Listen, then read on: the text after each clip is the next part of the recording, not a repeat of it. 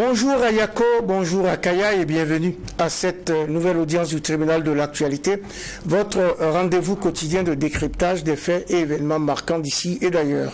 Et pour aujourd'hui, nous parlons de vivre ensemble, d'arbre à palabre, de dialogue dans le contexte d'une crise sécuritaire et humanitaire devenue notre plus grand défi commun.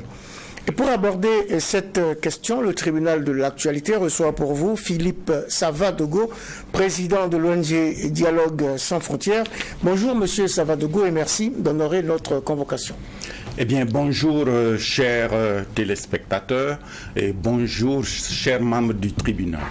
En face de vous, le juge Geoffroy Vara siège pour l'audience de ce mardi. Bonjour juge Vara.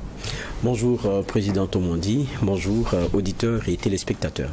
Bonjour à toutes, bonjour à tous et à nouveau bienvenue sur Watt FM et sur Truy TV pour cette nouvelle audience du tribunal de l'actualité qui démarre avec la séquence avant-propos que je convoque à présent.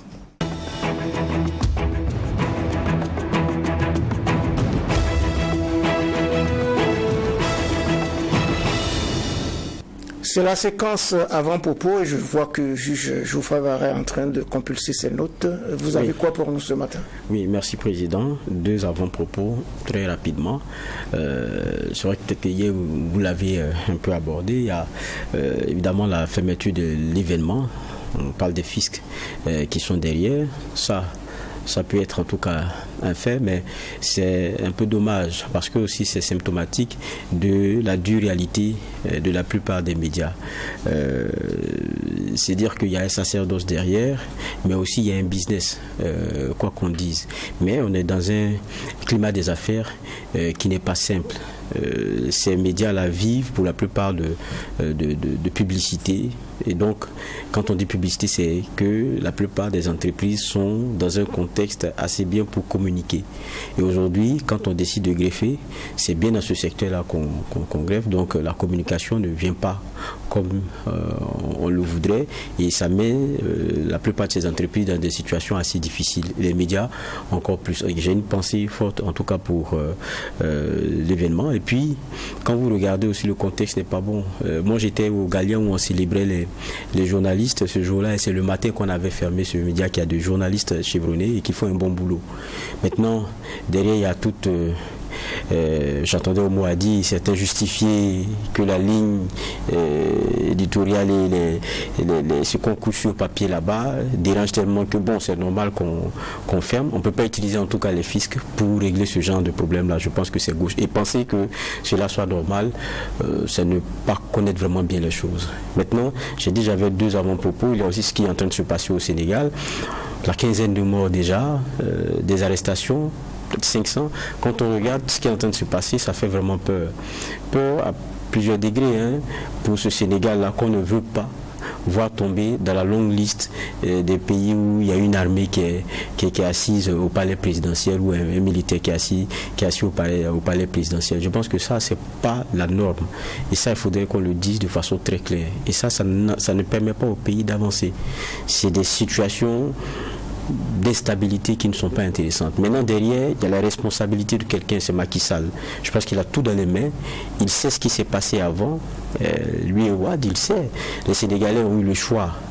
C'est ça la vérité. Si aujourd'hui ça coince, c'est parce qu'il ne veut pas donner aux Sénégalais de pouvoir faire un choix. S'il a écarté Sonko, c'est un boulevard si lui veut se présenter. Ce n'est pas comme ça que ça fonctionne. Et je crois que là, il faut savoir à un moment donné s'arrêter. Et même Sonko aussi dans une certaine mesure. Parce que là, on fait monter la tension. Il y a des marches qui sont encore prévues, mais depuis 2021 que l'affaire a commencé, c'est plusieurs morts. Maintenant, comment on fait? C'est ça la grande question aujourd'hui. Le politique, il est dans le jeu de pression. Mais ceux qui descendent dans les rues, après, quand l'un ou l'autre pourra s'asseoir au fauteuil, c'est des gens qu'on va oublier. C'est ça aussi la réalité. Mais je pense que celui qui a la responsabilité centrale aujourd'hui, c'est quand même Macky Sall.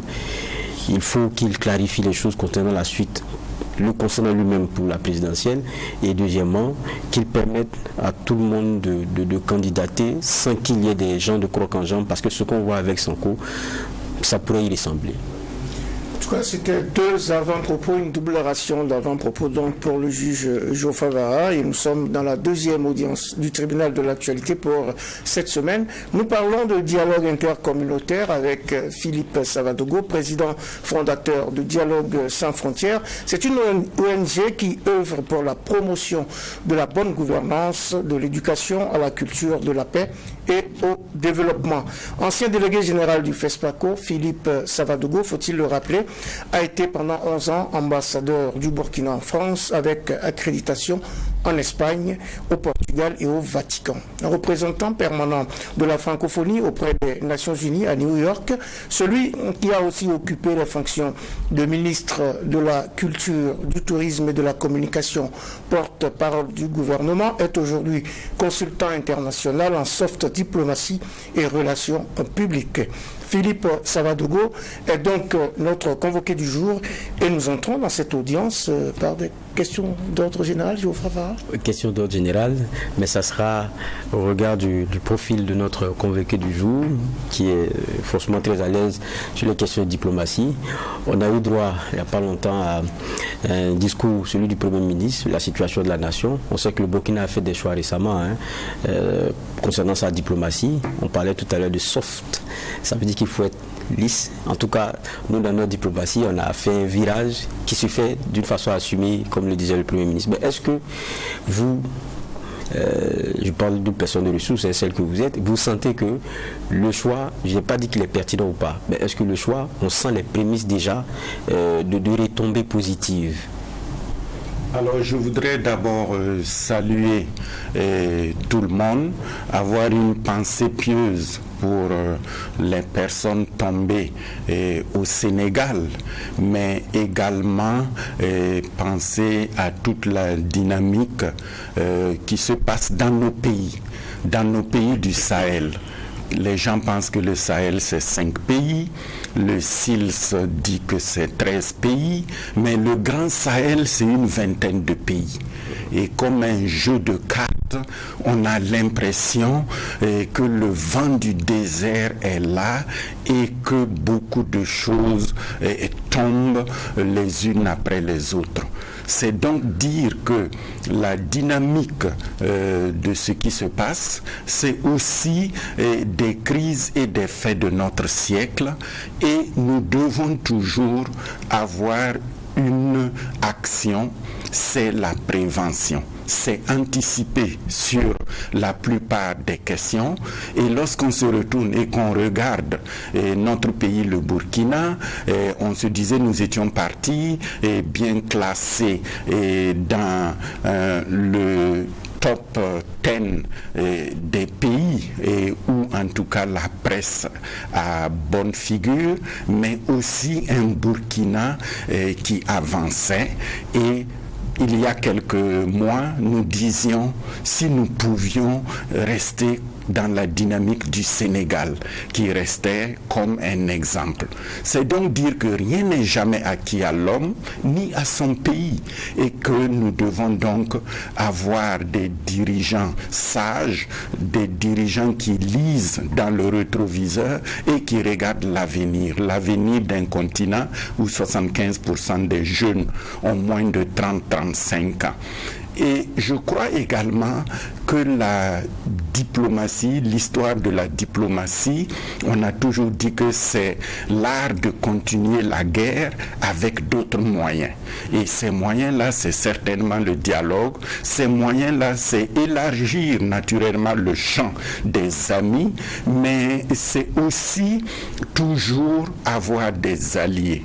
Et donc, dans ce sens, tant que le Burkina élargit le champ des amis et conserve des alliés dynamiques historiques, on ne peut qu'applaudir des deux mains. Et je crois que nous avons des alliés depuis toujours. L'histoire a pétri des destins communs et nous ne devons pas l'oublier. Et je crois d'ailleurs qu'il y a quelques jours, le Premier ministre en a parlé en disant que les peuples, entre eux, n'ont pas d'ennemis. Les peuples doivent avancer ensemble. Oui, je vois. Vous parlez de des alliés traditionnels, historiques.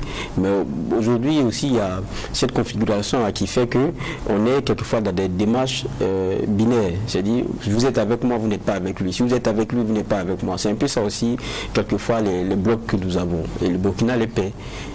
Eh bien, je dirais plutôt que c'est vrai, les années 50, il y avait ce qu'on appelait la troisième voie et les alliés de Bandung, et que nous étions ni à droite ni à gauche. Il y a eu la guerre froide où, malgré le fait que nous avions l'Occident et les pays de l'Est, tout le monde était à Ouaga et tout le monde coopérait ou collaborait dans un certain nombre de champs. Et je crois que nous devons cultiver la diversité parce que nous avons toujours plusieurs choses à offrir, mais le plus important, c'est que les pays africains doivent regarder ensemble dans la même direction, avoir des organisations communes économiques comme la CEDEAO et les espaces comme l'UEMOA et poursuivre donc cette quête-là. Et je pense que cette vision de solidarité et de tous ces peuples qui sont dans une dynamique d'Afrique de l'Ouest, nous devons poursuivre et cultiver cette dynamique-là. Enfin, vous savez que l'histoire enseigne que les questions liées aux alliances, les questions diplomatiques bougent toujours difficilement, comme le mammouth. Et de ce point de vue, nous devons toujours avoir un ancrage, et surtout les continents voisins, mais aussi les pays voisins, et aussi compter sur nous-mêmes. Je pense que le plus important, c'est de pouvoir compter sur nos propres forces. C'est aussi d'éduquer nos enfants, nos petits-enfants, dans cette vision de construction de la nation. Et de ce point de vue, nous croyons que nous devons poursuivre ce que nous avons commencé et surtout avoir ce qu'on appelle un point de destination. Voilà pourquoi nous disions 1919, 1932, 1947, 1960. À partir d'ici, où allons-nous? Depuis 40 ans, il y a eu certes la dynamique de la révolution et les acteurs de la révolution qui ont 70 ans et plus maintenant doivent accompagner les nouveaux acteurs, les enfants, pour qu'on aille de l'avant. Et là, ça ne peut être que des conseils, ça ne peut être que des discussions. Et cette façon de voir les choses, nous l'avons toujours connue à travers même nos traditions. Et c'est pour cela que je disais que nous devons poursuivre la quête du vivre ensemble, nous comprendre et donner la place aux plus jeunes. Donner la place aux jeunes. Vous avez fini sur la question de généralité. Alors, où allons-nous? C'est une question qui reste cuisante d'actualité, puisque le Burkina Faso est en proie depuis 2015 au péril terroriste. Une situation qui fait que la méfiance, la suspicion, la délation se sont installées progressivement entre individus et entre les communautés qui vivaient naguère en parfaite harmonie. Aujourd'hui, Dialogue sans frontières a organisé donc 2 forats, d'abord à Yako, je crois le 19 mai dernier, puis à Kaya le 3 juin, pour parler de vivre ensemble, pour parler de dialogue intercommunautaire avec des questions clés à l'appui, comment co-construire des nouveaux rails du vivre ensemble au Faso, quelle est la part contributive et collective qui permettra au Burkina Faso de rester debout malgré la tempête, et comment et sur quoi nous appuyer pour gérer la diversité humaine et la diversité religieuse au Faso. Geoffroy Vara.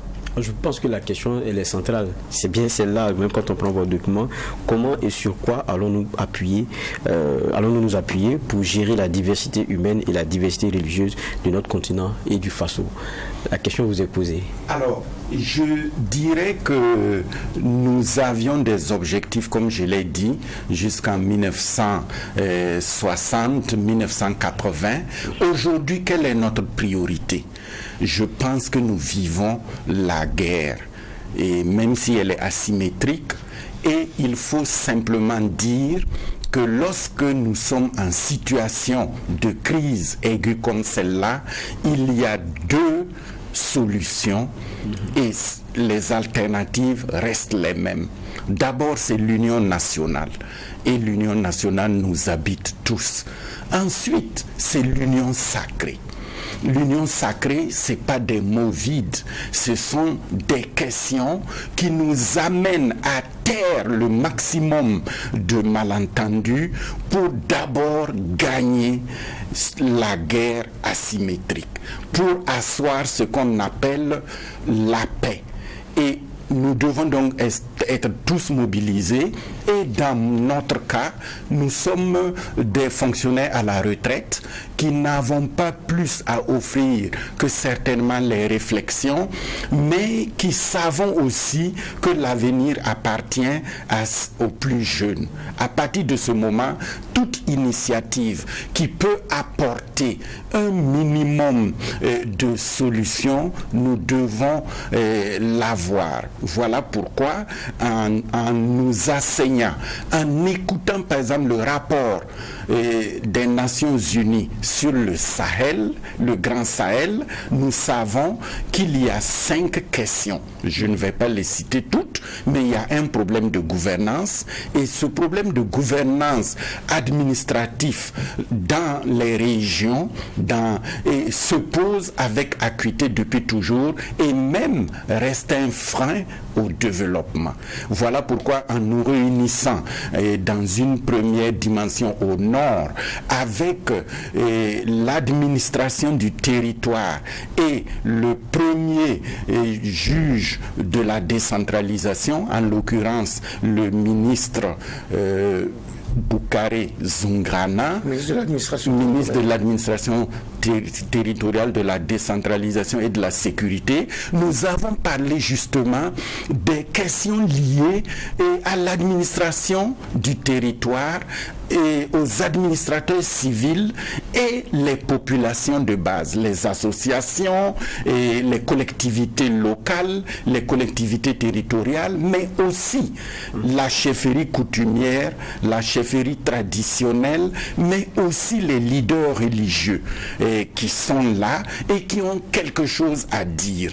Et je ne vous cache pas que beaucoup de questions sont venues, comme la légifération de la chefferie traditionnelle, mais comme également la dimension de responsabilité de la gestion de nos communes, de nos régions, et tout cela a été mis sur la table et le ministre a d'ailleurs dit qu'il attendait les résultats de ces questionnements qui existent déjà, mais qui pourraient être pris en compte dans la grande réconciliation foncière. Il y a des questions donc de terre, mais aussi la réconciliation liée au partage des biens, car bien souvent la capitale, quand vous faites 30 km de l'autre côté, c'est ce qu'on appelle le sous-développement. Donc c'est autant de questions que nous devons assumer aujourd'hui,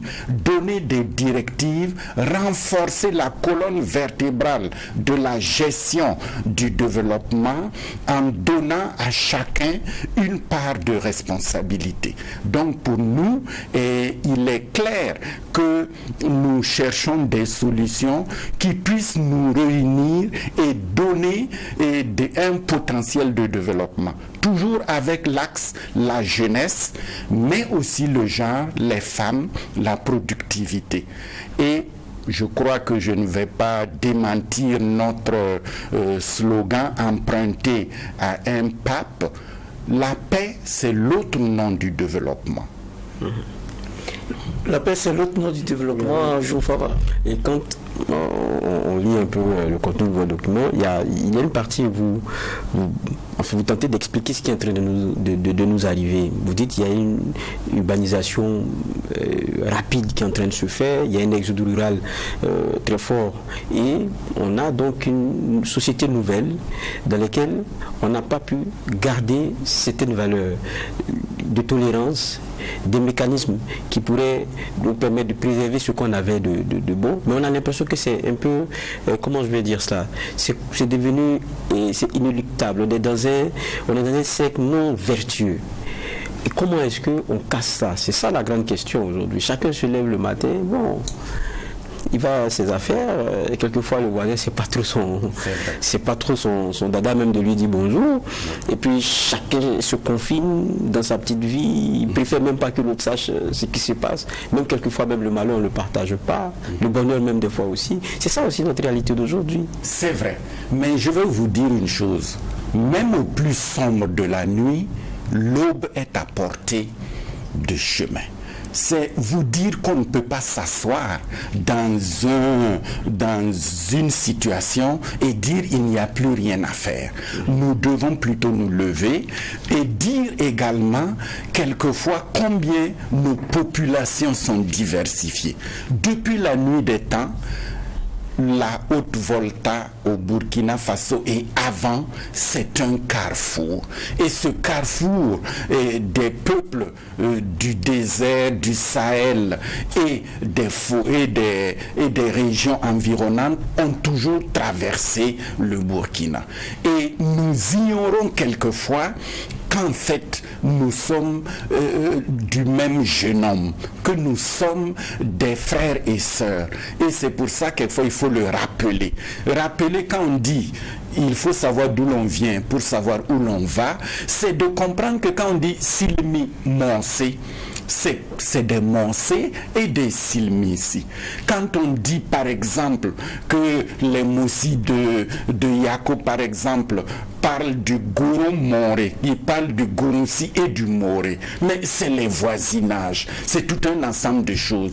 Et quand on regarde les peuples mandés, les peuples d'ascendance féodale ou acéphale, j'aime pas beaucoup le mot, on voit que nous nous sommes toujours côtoyés et il faut le rappeler. Enfin, vous l'avez dit, et quand on retourne à l'Iran de 1975, c'est le prolétariat des régions qui sont venus en ville et ont formé une urbanisation galopante qui constituait finalement ce qu'on appelle les forces de la rue, que nous voyons un peu au Sénégal et ailleurs, et il ne faut pas attendre que cela nous arrive. Voilà pourquoi, toute proportion gardée, nous devons réfléchir. Aucun gouvernement, aucun peuple n'a jamais été de l'avant sans s'asseoir et réfléchir à ce qui nous est arrivé hier ou aujourd'hui, à réfléchir sur l'éducation de nos enfants. J'ai vu qu'on a ramené un certain nombre de corpus à l'école primaire, au secondaire, la montée du drapeau, l'hymne national que des gens ne peuvent pas chanter jusqu'au bout et tout un ensemble de choses qui devraient nous rassembler. Et aujourd'hui, l'objectif est clair, c'est gagner la victoire face à la déstabilisation.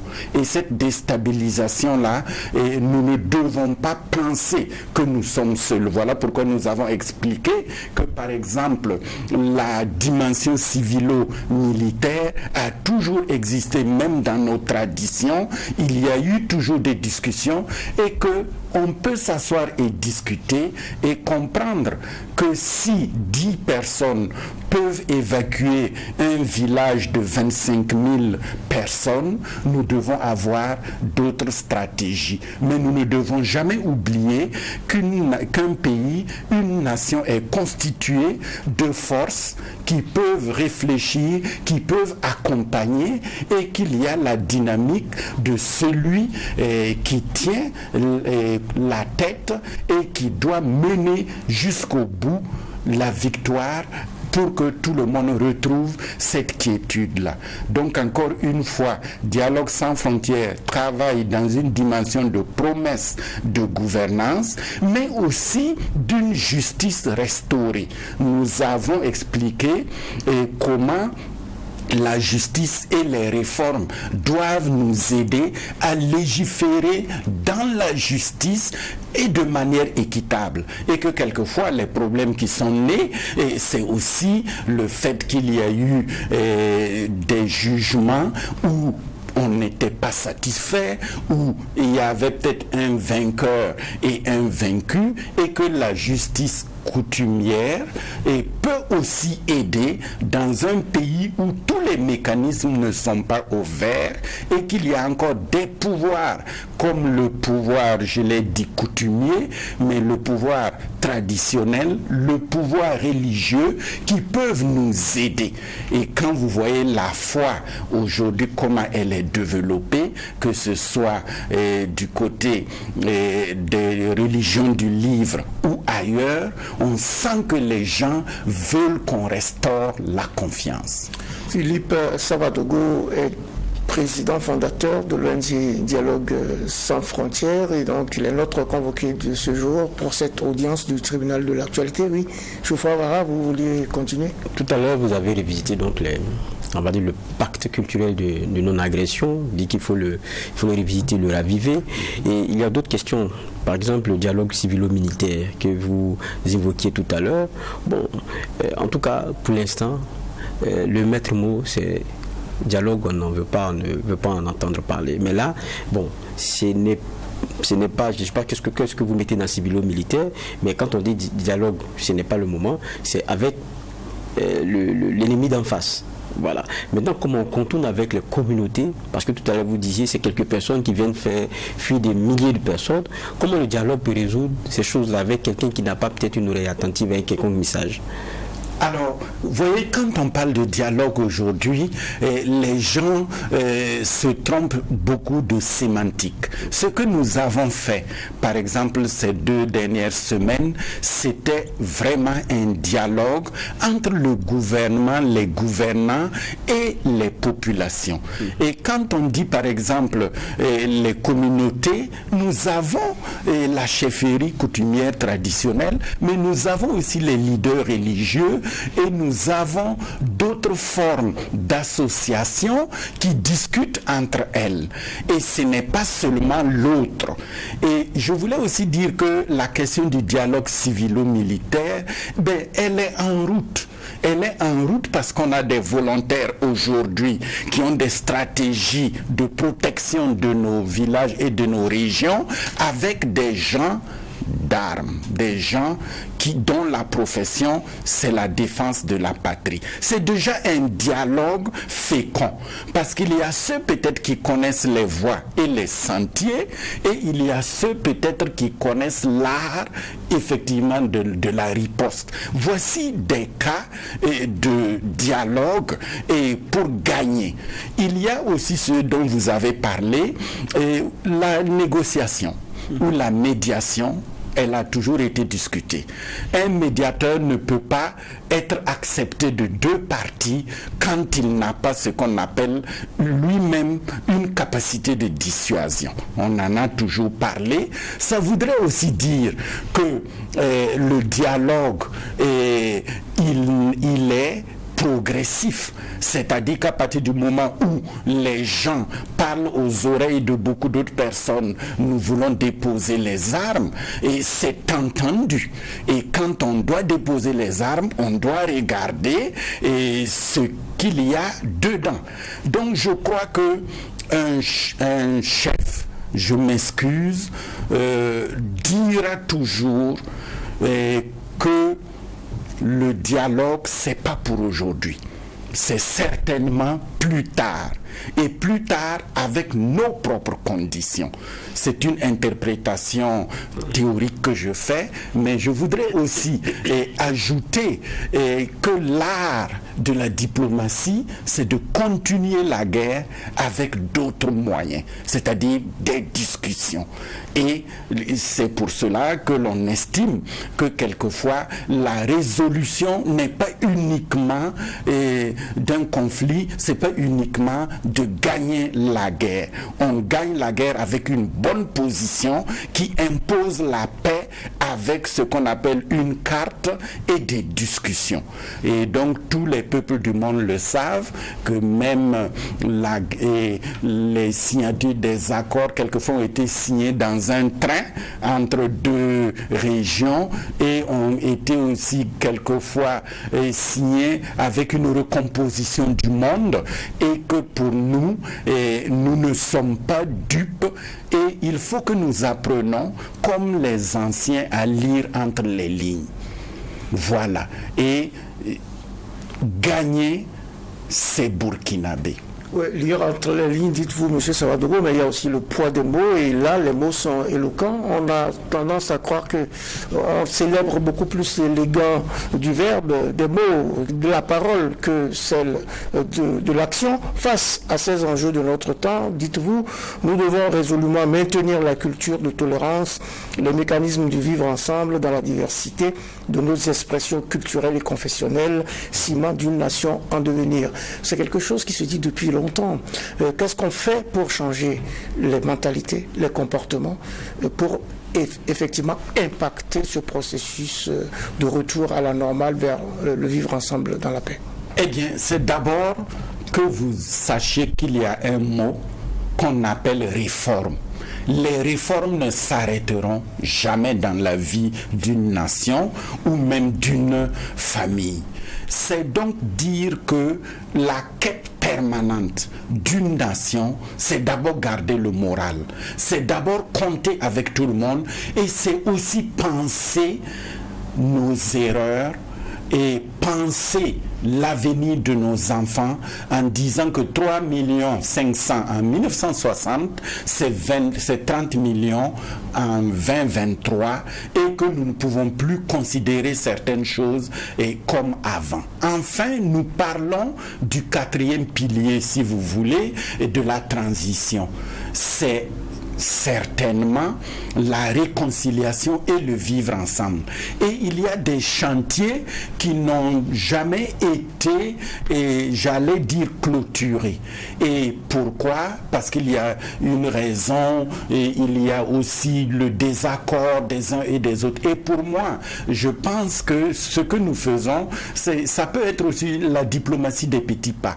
C'est-à-dire, ne croyons pas que nous allons avoir un Burkina vertueux, corrigé de tout ou chaud. Au contraire, nous allons tendre vers cette quête d'une nation, et aussi comprendre que l'intérêt supérieur de la nation commande à chacun, évidemment, d'entre nous, d'être dans le train de la recherche des solutions.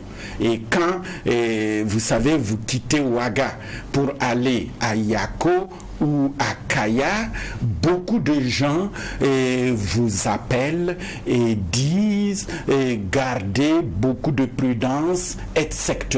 Mais quand vous arrivez à Kaya ou à Yako ou ailleurs, les gens vivent de cet espoir qu'ils ne sont pas seuls.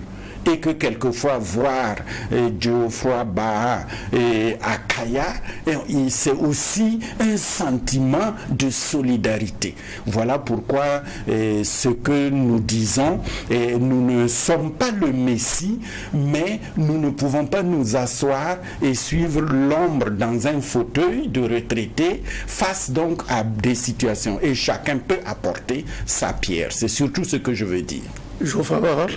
Et dans les thématiques qui ont été développées, moi, il y a une thématique qui me parle, extrémisme et fondamentalisme religieux. On sait que c'est une menace, quoi qu'on dise, sur la cohésion nationale. Il y a eu beaucoup d'alertes qui avaient été données même depuis sous Roch Kaboré, qu'il y a un prêche rigoriste dans certaines communautés, et qu'il fallait mettre de l'ordre. Il y a beaucoup d'éléments qui ont été mis sur la table. Je ne vais pas rappeler une ville où il y avait quelqu'un qui avait commencé à avoir sa petite police et tout ça. Donc, il y avait ces petits éléments-là. Peut-être qu'ils n'ont pas été pris dans leur pleine mesure, mais ça continue aussi jusqu'à aujourd'hui. Et ça fait que, quand on veut en parler, on dit non, ça c'est sensible. Mais il faut crever cet abcès-là. Alors, il faut comprendre deux choses. Vous avez parfaitement raison. Et je crois que les dérives qui peuvent subvenir pour une raison ou pour une autre, ou des gens qui peuvent prendre le micro et puis dire des choses à moitié vraies ou pas du tout vraies. Et nous devons prévenir et anticiper. Et voilà pourquoi nous disons qu'il y a des pays musulmans qui ont, par exemple, des imams qui ont été dans des écoles et appris un certain nombre d'éléments de langage, ou simplement chaque jeudi soir, il y a un éditorial pour les prêches à la mosquée. Je ne vais pas citer de pays, mais cela existe. Nulle part, même en famille, un élément qui peut semer le trouble, si on le laisse faire, il va persévérer. Et je crois que c'est pour cela que quelquefois on dit où est l'État, parce que c'est l'État qui légifère. Et ce que vous dites, vous avez parfaitement raison, et des questions de ce genre ont déjà été débattues. C'est aussi la laïcité dans notre pays, ou quel type de laïcité pour notre pays en devenir, mais aussi prêter attention par un ministère effectivement de la sécurité qui peut justement prendre des actions répressives ou coercitives sur ce qui est dit.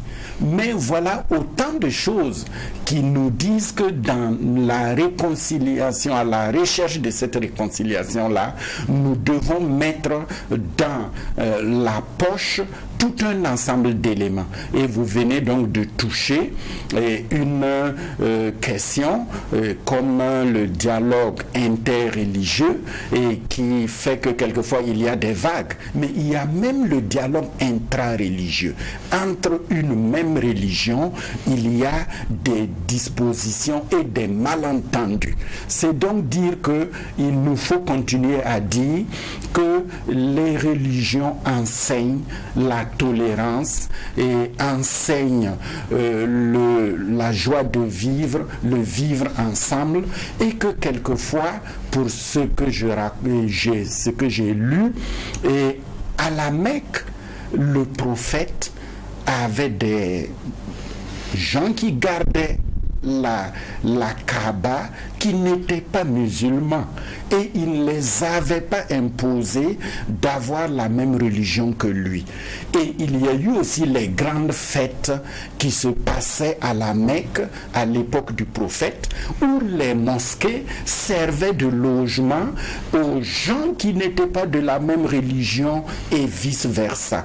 Et toujours dans la nuit des temps, vous avez vu que des mosquées sont devenues des églises sont devenues des mosquées, et que le monde avance aussi face à cette tolérance-là.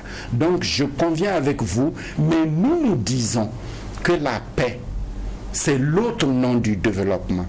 Et que sans développement, il n'y a pas la paix. C'est là où c'est intéressant de comprendre que quelquefois, le fait que les gens n'ont pas de bouée de sauvetage pour survivre, la jeunesse n'a pas d'emploi, les femmes n'ont pas d'activité rémunératrice, et que sais-je, nous force à chercher d'autres solutions, comme lire dans un petit journal qu'on recrute des gens dans un pays d'Europe, et que chacun d'eux auront 600 000 ou 700 000 francs. Et les gens partent. Ou même ceux qui partent à travers l'océan, qui ont 1% de chance de survie, mais qui partent quand même.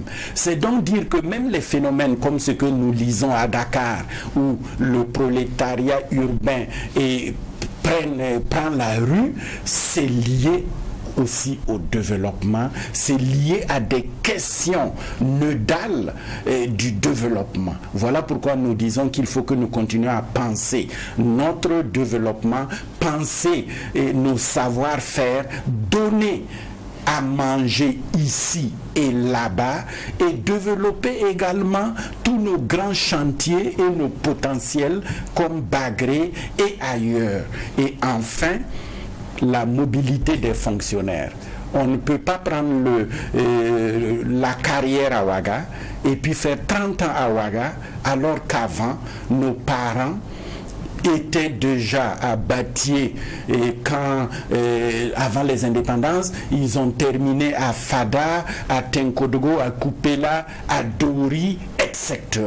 Ça aussi, ce sont des dynamiques qui doivent nous permettre de comprendre que nous sommes dans un état en construction et que l'avenir devrait être meilleur. Quand je vous entends, vous mettez plutôt l'accent sur un mécanisme autorégulateur avec en son cœur les communautés elles-mêmes. Je veux parler des communautés religieuses, comme vous le disiez tout à l'heure. Mais il y a un État aussi qui doit s'assumer.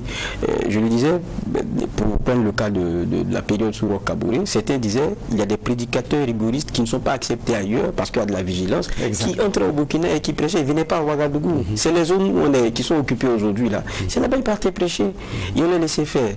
Et aujourd'hui, on a l'impression que quand on veut parler, ou bien quand on veut aborder la question, on se dit non, si on s'amuse, on va braquer une communauté.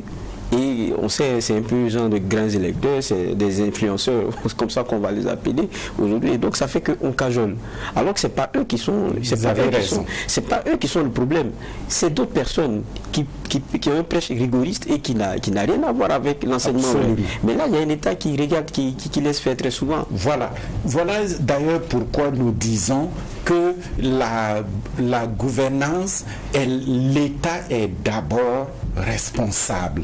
Et que ce qui se passe, par exemple, en région, l'État a une chaîne de commandement qui doit effectivement regarder avec attention. Nous avons des pays comme le Rwanda et d'autres qui ont décidé de limiter le nombre de créations de chapelles.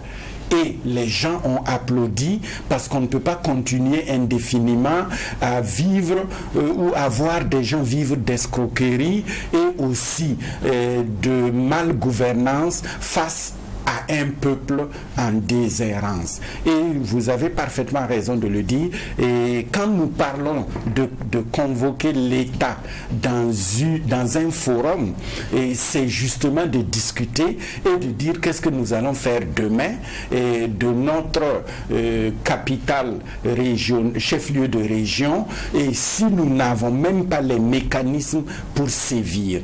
Qu'est-ce que nous allons aussi faire de religion et où il y a des gens qui sortent, comme on dit, des règles pour prêcher pour leur propre chapelle, pour ne pas dire finalement à un moment donné candidater pour une raison ou une autre.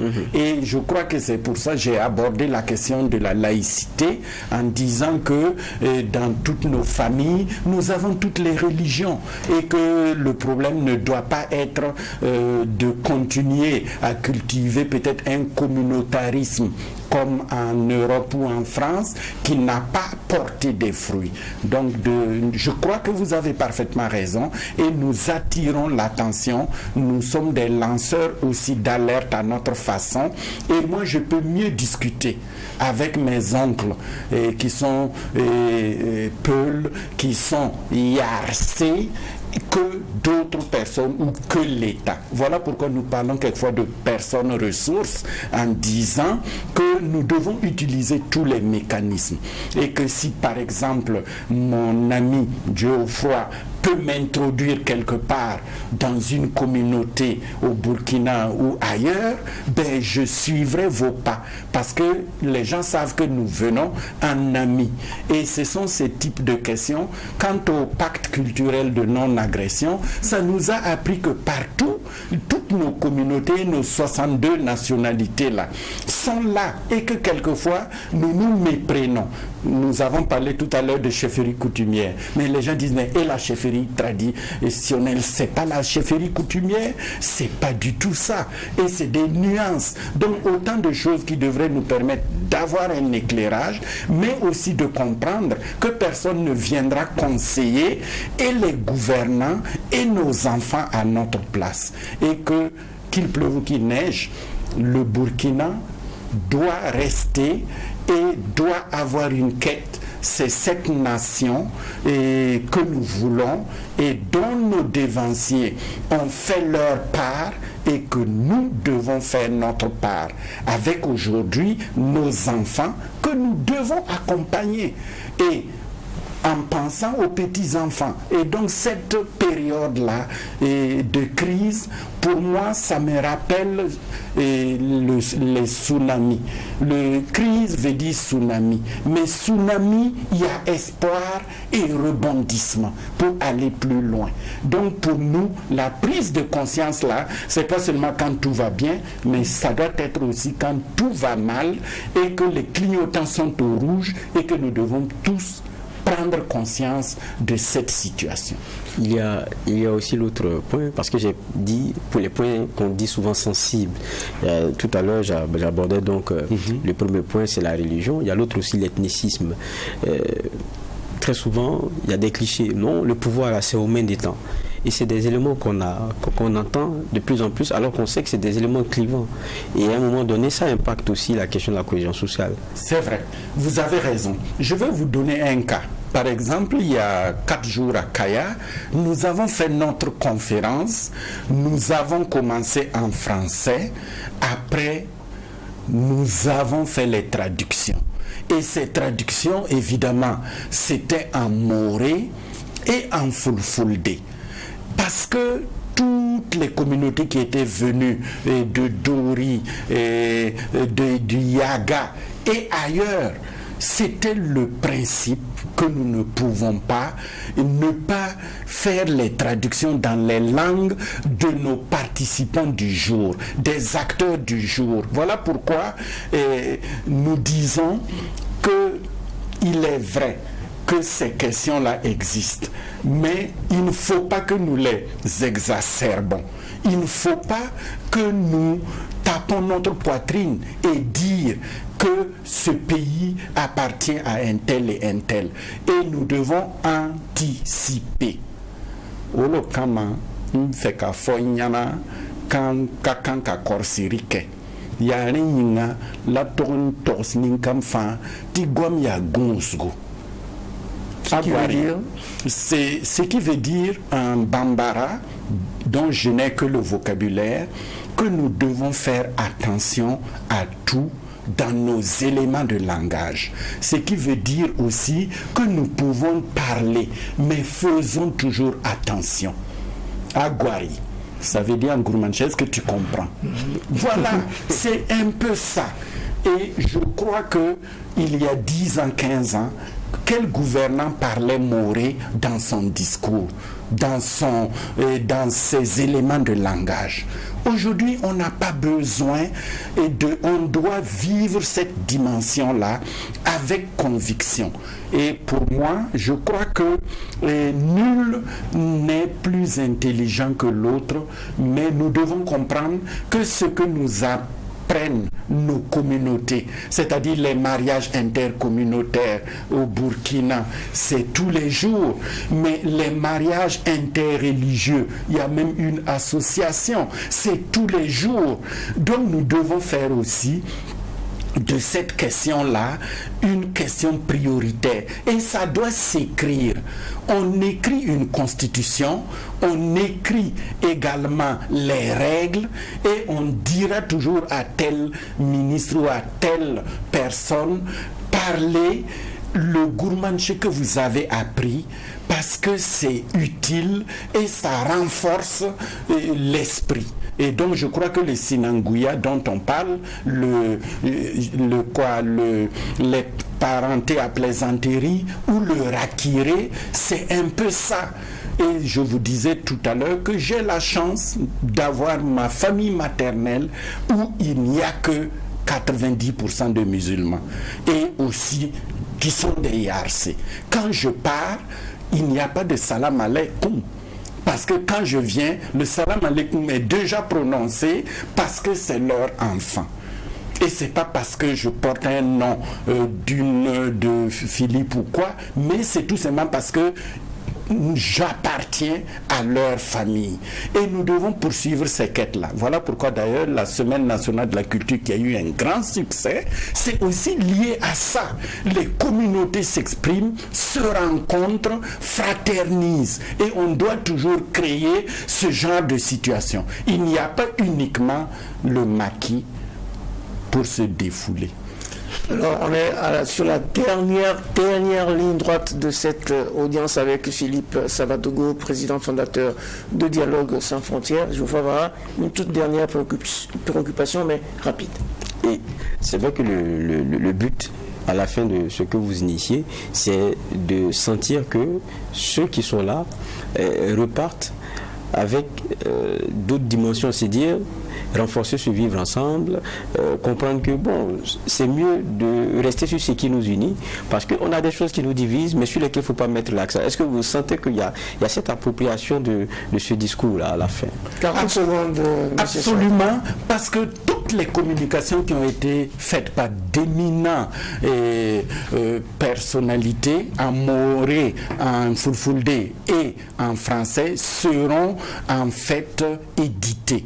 Deuxièmement, l'Organisation des Nations Unies pour le Sahel, mais le bureau du PNUD pour le Sahel nous soutient et dira que c'est aux communautés de dire ce qu'elles veulent dans les recommandations. Et ces recommandations, nous les avons, on n'aura pas le temps, mais nous en parlons déjà.